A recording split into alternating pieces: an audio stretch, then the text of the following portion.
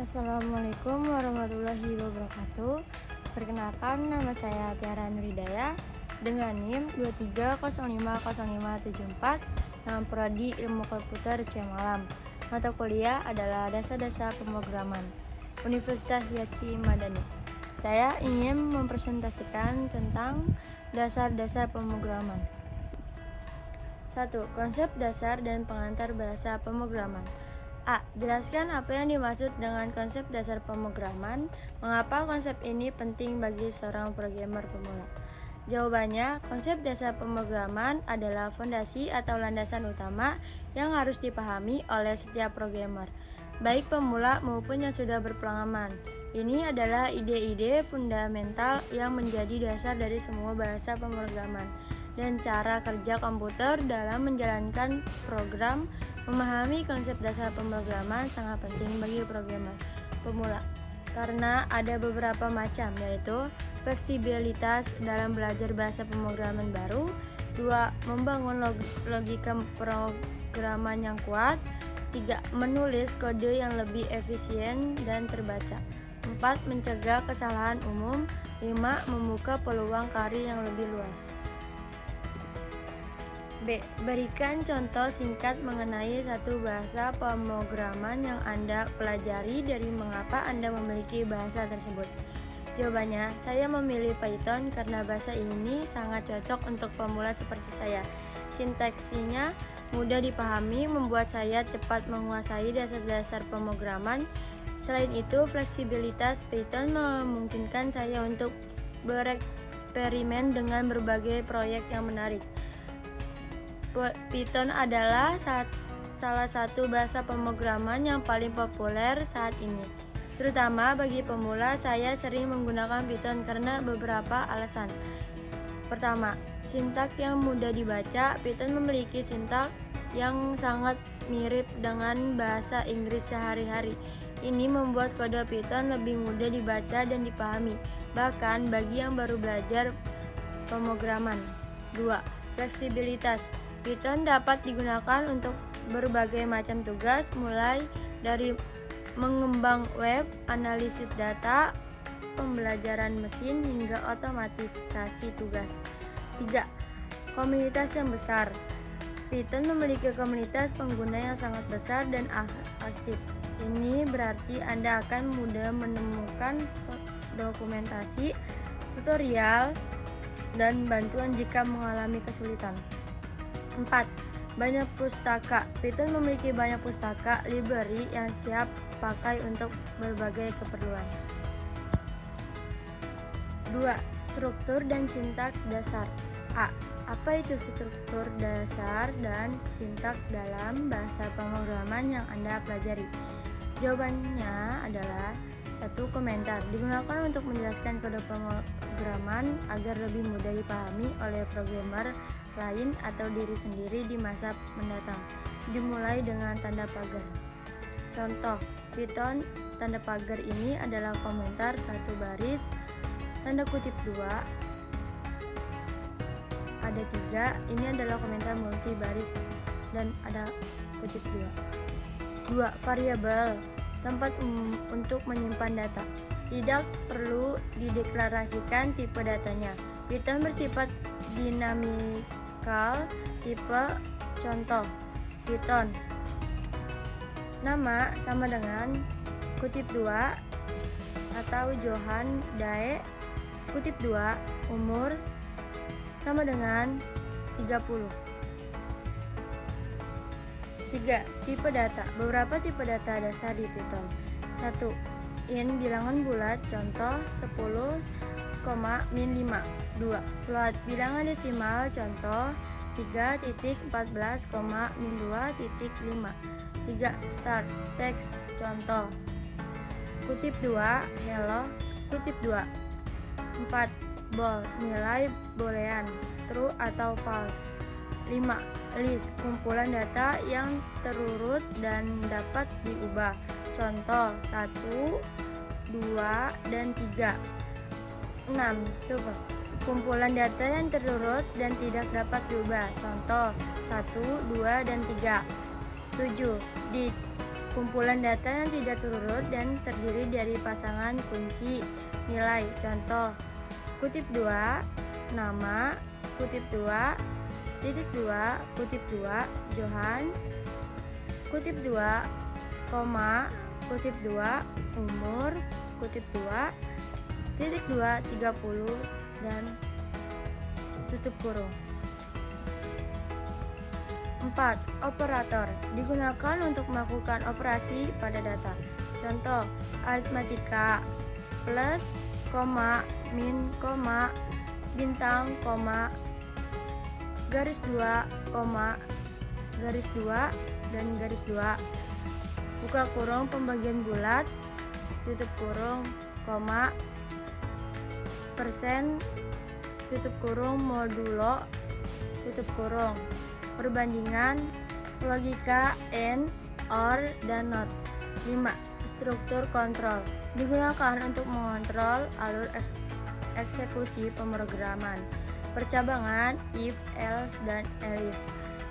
3. Perulangan, for, dan while. Sintak Python. Sintak Python dikenal dengan sangat mudah dibaca dan dipahami. Beberapa karakteristik penting. Indentation digunakan spasi atau tab untuk menandai blok kode ini. Sangat penting dalam Python. Case sensitif, huruf besar dan kecil dibedakan. Tipe data yang dinamis. Tidak perlu mendeklarasikan tipe data variabel secara eksplisit. Keyword, kata-kata khusus yang memiliki makna tertentu dalam Python. Contoh, if, else, for, will, dan div. B. Tunjukkan bagaimana Anda menulis kode sederhana menggunakan struktur dan sintak tersebut. Misalnya, menampilkan hello world di layar. Jawabannya, struktur dan sintak yang digunakan fungsi print, tutup kurung buka, dan kurung tutup adalah contoh dari sebuah fungsi. Fungsi adalah blok kode yang dapat dipanggil berkali-kali untuk melakukan tugas tertentu. Argumen, kutip 2, hello, koma, world, kutip 2 adalah argumen yang diberikan kepada fungsi print. Argumen adalah nilai yang diberikan kepada fungsi saat dipanggil. Tanda kurung buka dan tanda kurung tutup digunakan untuk membungkus argumen yang diberikan kepada fungsi. Tanda kutip digunakan untuk menandai sebuah string. Variabel nama dan umur adalah variabel yang digunakan untuk menyimpan data. Konkatenasi, tanda koma, kurung buka, koma, kurung tutup digunakan untuk menggabungkan beberapa string dan variabel menjadi satu kalimat. 3. Logika pemrograman dasar. A. Jelaskan konsep logika pemrograman dan mengapa logika sangat penting dalam pemrograman. Jawabannya, logika pemrograman adalah cara berpikir sistematis dan struktur untuk memecahkan masalah menggunakan bahasa pemrograman. Ini melibatkan kemampuan untuk menganalisis masalah, merancang solusi, dan kemudian menerjemahkan solusi tersebut ke dalam kode yang dapat dimengerti oleh komputer. Mengapa logika sangat penting dalam pemrograman? Pertama, dasar dari pemrograman. Algoritma. Semua pemrograman komputer pada dasarnya adalah kumpulan algoritma, yaitu langkah-langkah logis yang terurut untuk menyelesaikan satu masalah. 2. Memecahkan masalah. Analisis masalah logika membantu kita memecahkan masalah kompleks menjadi bagian-bagian yang lebih kecil dan mudah dikelola. 3. Membuat kode yang benar. Menghindari kesalahan. Logika yang kuat membantu kita menghindari kesalahan umum dalam pemrograman, seperti kesalahan sintak dan atau logis. Membuat kode yang mudah dibaca. Kode yang ditulis dengan logika yang jelas dan lebih mudah dipahami oleh programmer lain. 4. Beradaptasi dengan perubahan. Fleksibilitas ketika kebutuhan pemrograman berubah. Logika yang baik memungkinkan kita untuk dengan mudah memodifikasi kode tanpa merusak keseluruhan pemrograman. B.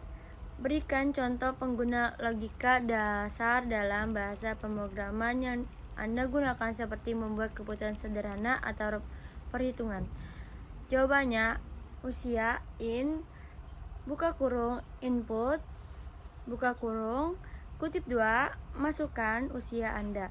Usia minimal 19 tahun, kita mendefinisikan usia minimal untuk mengemudi sebagai 19 tahun.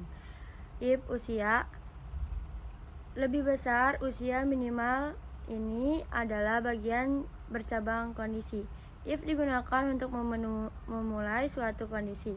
Usia lebih besar, usia minimal memeriksa apakah nilai usia lebih besar atau sama dengan usia minimal. Print, buka kurung, kutip 2, Anda sudah cukup umur untuk mengemudi, kutip 2, dan tutup kurung. Jika kondisi if benar, buka kurung, usia lebih besar 19 tahun dan tutup kurung, maka program Anda menjalankan perintah ini, yaitu mencetak pesan bahwa pengguna sudah cukup umur untuk mengemudi.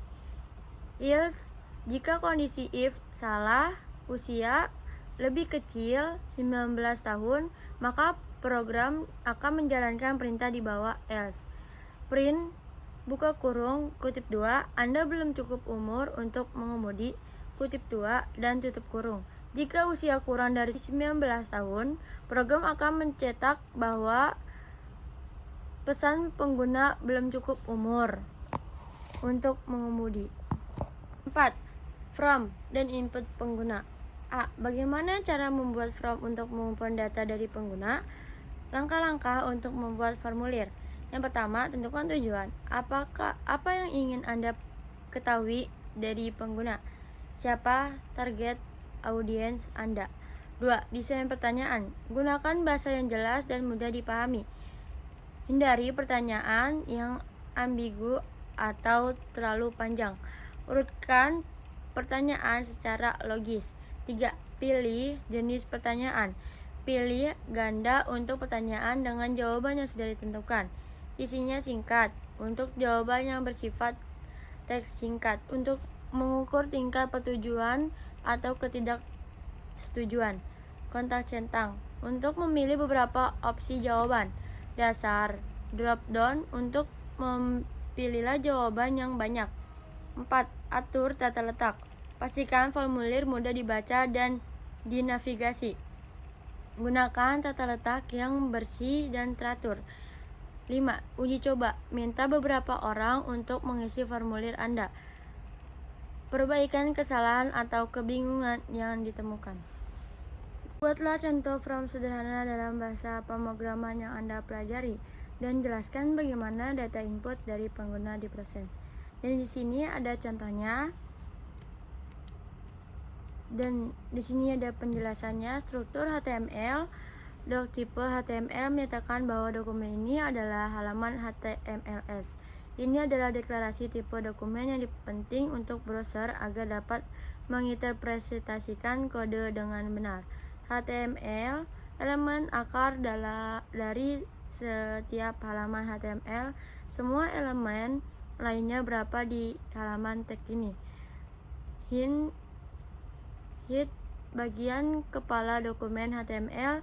Di sini kita meletakkan informasi tentang halaman yang tidak langsung ditampilkan di halaman, seperti judul halaman, metadata, dan link ke file CSS. Menentukan yaitu ada menentukan judul halaman yang akan ditampilkan di tab browser. Style di dalam tag ini kita menuliskan gaya style CSS untuk mengatur tampilan halaman. Gaya CSS Cascading Style Sheet digunakan untuk mengatur tampilan elemen HTML. Mari kita lihat gaya yang diterapkan pada formulir Anda. From width 300 px. 2. Membuka lebar formulir menjadi 300 pixel. Margin 0 auto menempatkan formulir di tengah halaman secara horizontal. Label display block membuat label ditampilkan pada baris baru. Margin bottom 5px memberikan jarak bawah pada label. Input tipe teks, input tipe email, gaya input teks dan email. Width 100% membuat lebar input mengisi seluruh lebar kontainernya. Padding 10px memberi jarak dalam input. Margin bottom 15 memberikan jarak pada input. Border 1px solid tanda pagar CCC kutip 2 border 1px solid memberikan border pada input dengan warna abu-abu. Border radius ps membuat sudut input menjadi bulat. Input tipe sumit, gaya untuk tombol sumit. Background color memberikan warna hijau pada latar belakang tombol. Color width membuat warna teks tombol menjadi putih. Padding 200px 20px memberikan jarak pada tombol. Border none menghilangkan border tombol. Border radius membuat sudut tombol menjadi bulat. Cursor pointer mengubah kursor menjadi pointer saat mouse di atas tombol menunjukkan bahwa ini adalah tombol yang bisa diklik. ID myFrom. From mendefinisikan sebuah formulir HTML. ID myFrom memberikan ID myFrom pada formulir. ID ini nanti akan digunakan oleh JavaScript untuk mengakses formulir ini. Label from nama menciptakan label untuk sebuah input. For nama mengkaitkan label ini dengan input yang memiliki ID nama. Input tipe teks ID nama. Name nama membuat sebuah input files.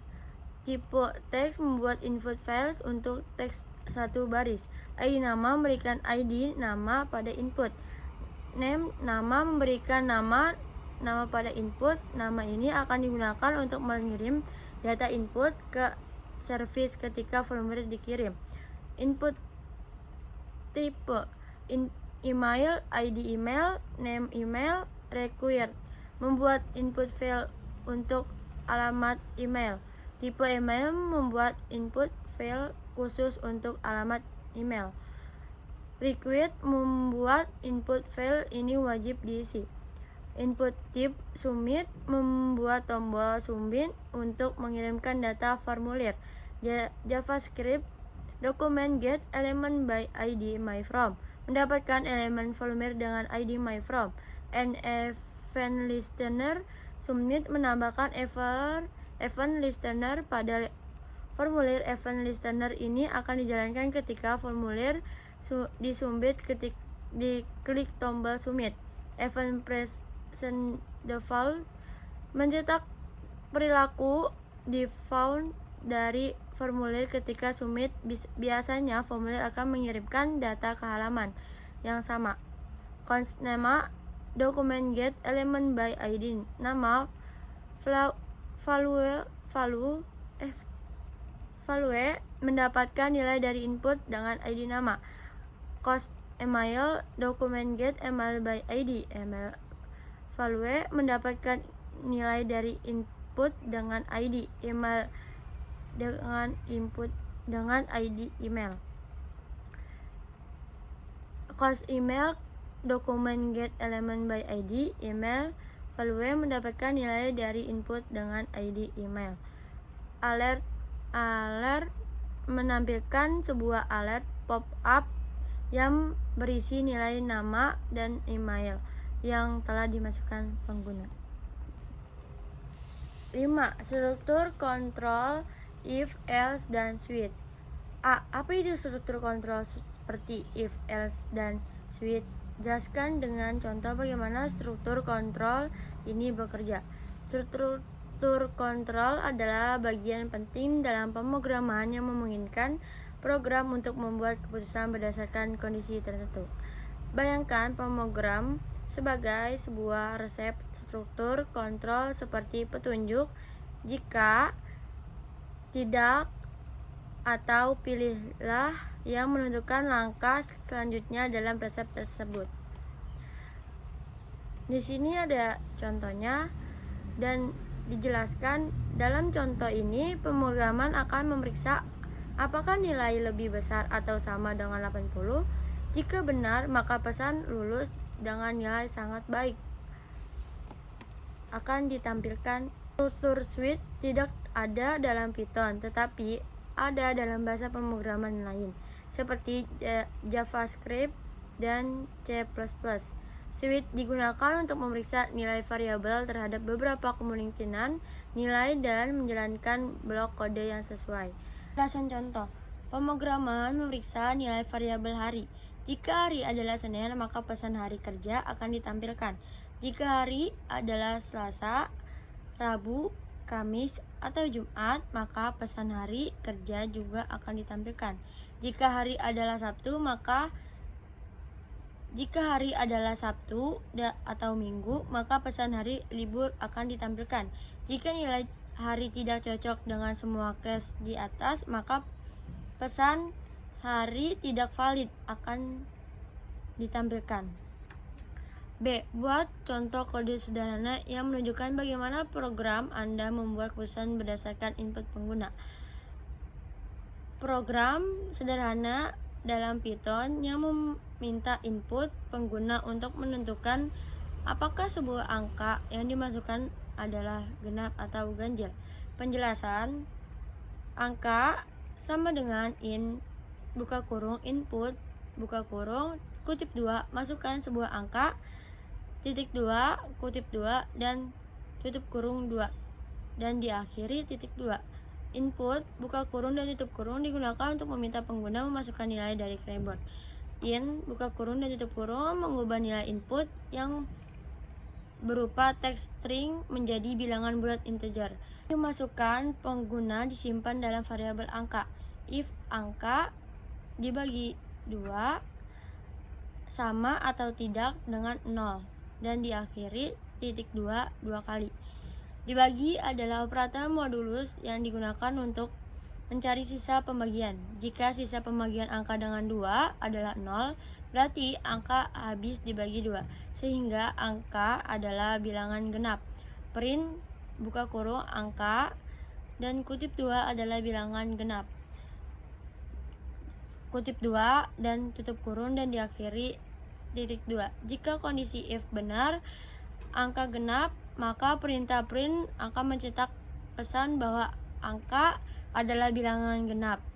Else, jika kondisi if salah, angka tidak habis dibagi 2, maka program akan menjalankan kode dibagi blok else. Print angka adalah bilangan ganjil. Jika angka bukan bilangan genap, maka otomatis angka adalah bilangan ganjil, sehingga pesan ini akan dicetak. Contoh penggunaan: ketika kode ini dijalankan, program akan meminta Anda untuk memasukkan sebuah angka. Misalnya Anda memasukkan angka nomor 7. Program angka akan menyimpan nilai 7 dalam variabel angka. Kemudian program akan memeriksa apakah 7 habis dibagi 2. Karena 7 dibagi 2 sisanya 1, maka kondisi if tidak terpenuhi. Program akan langsung ke blok else dan mencetak 7 adalah bilangan ganjil. 6. Perulangan dan mengelola data. Apa itu perulangan dalam pemrograman dan bagaimana perulangan membantu dalam pengelola data? Perulangan dalam pemrograman mengulang tugas secara efisien. Perulang atau looping dalam pemrograman adalah sebuah konsep di mana kita membuat suatu blok kode untuk dijalankan berulang-ulang hingga kondisi tertentu terpenuhi. Bayangkan Anda ingin mencetak kata hello sebanyak 10 kali. Ali menuliskan perintah konsol long halo sebanyak 10 kali.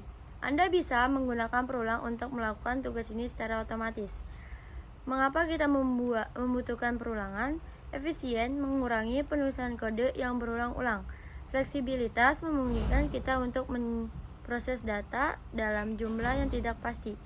Otomatisasi memungkinkan kita untuk melakukan tugas yang repetitif secara otomatis. Jenis-jenis perulangan. For, loop digunakan ketika kita tahu persis beberapa kali perulangan akan dilakukan.